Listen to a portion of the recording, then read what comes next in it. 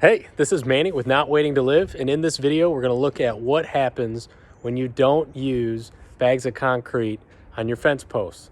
So today we're looking at a wooden fence, 6 foot high. Put this up about 18 months ago, and it's been through one Cleveland winter here. To be candid, it was not the coldest winter on record, so it will probably face tougher tests in the future.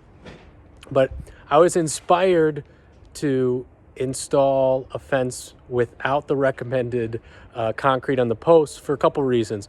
One, I was watching a YouTube video how to, and there was an old timer who made a comment that stuck with me. It made too much sense. He said, "You really think these farmers, ranchers during the Great Depression went out and bought bags of concrete and stain for their fences?"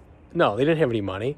They just dug the holes deep enough. They put some used motor oil on the fence to protect the wood, and they moved on about their business. My biggest concern here, I mean, this is a rental property. This fence will not last forever, no matter how well it's constructed. And I wanted to think about, what happens when it comes time to replace this fence, when I need to take these fence posts out, put in a new fence, move it for any number of reasons. Maybe I need to get a piece of large equipment back here, who knows?